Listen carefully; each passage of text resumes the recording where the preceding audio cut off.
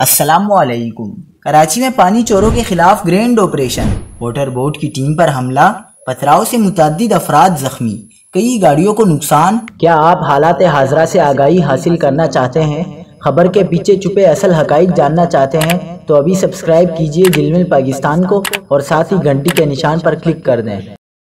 آپ کو بتاتے چلیں کہ کراچی کے علاقے منگو پیر پختون آباد میں پانی چوروں کے خلاف بڑا آپریشن، کارروائی کے دوران واٹر بورڈ کی ٹیم پر حملہ کر دیا گیا۔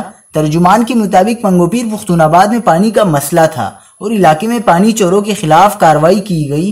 اس دوران چوروں نے واٹر بورڈ کی ٹیم پر حملہ کر دیا۔ ترجمان کے مطابق حملے کی وجہ سے واٹر بورڈ عملے کے 5 افراد زخمی ہوئے اور واٹر بورڈ کی گاڑیوں کو نقصان بھی پہنچایا گیا۔ ملزمان کے خلاف مقدمات درج کرا دیے گئے ہیں۔ علاقے میں کشیدگی کی فضا برقرار ہے۔ واٹر بورڈ حکام کا کہنا ہے کہ کارروائی کے دوران پانی کے غیر قانونی کنیکشن ختم کیے گئے۔ پانی چوروں کو کسی صورت معاف نہیں کیا جائے گا۔